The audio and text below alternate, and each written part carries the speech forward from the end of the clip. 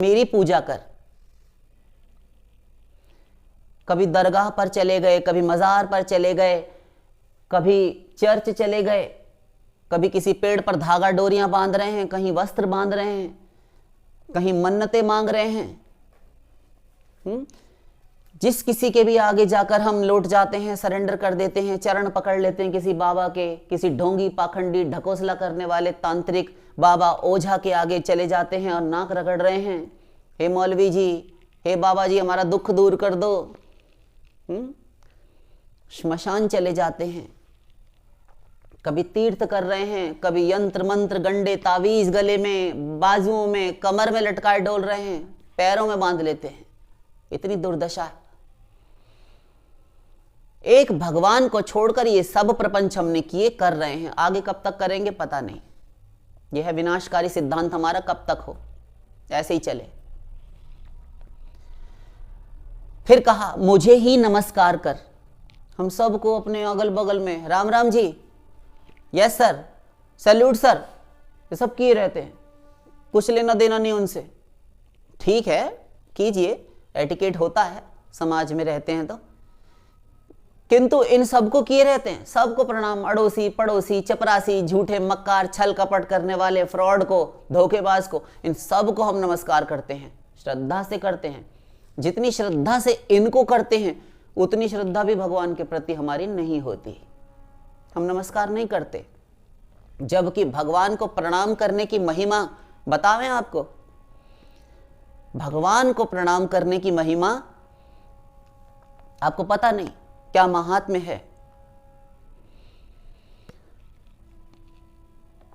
एकोपि कृष्णस्य कृतः प्रणामो दशाश्वमेधो वभृतेन तुल्यः दशाश्वमेधी पुनरेति जन्म कृष्ण प्रणामी न पुनर्भवाय। गर्ग संहिता, पद्म पुराण, स्कंद पुराण, ये श्लोक सभी पुराणों में, अन्य अन्य ग्रंथों में भी मिल जाएगा। एक प्रणाम श्री कृष्ण के प्रति किया गया तो 10 अश्वमेध यज्ञ, एक अश्वमेध यज्ञ कोई नहीं कर सकता आज के समय में, 10 अश्वमेध और यज्ञांत अवभृत स्नान।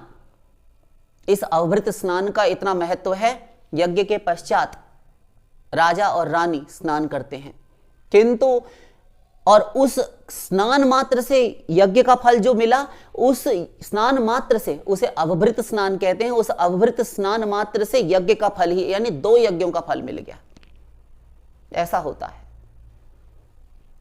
मंगल कलशों से, औषधि युक्त जल से, वैदिक सूक्तों मंत्रों से, ब्राह्मण विद्वत परिषद द्वारा वह यज्ञ कराया जाता है और स्नान कराया जाता है कई कलशों से।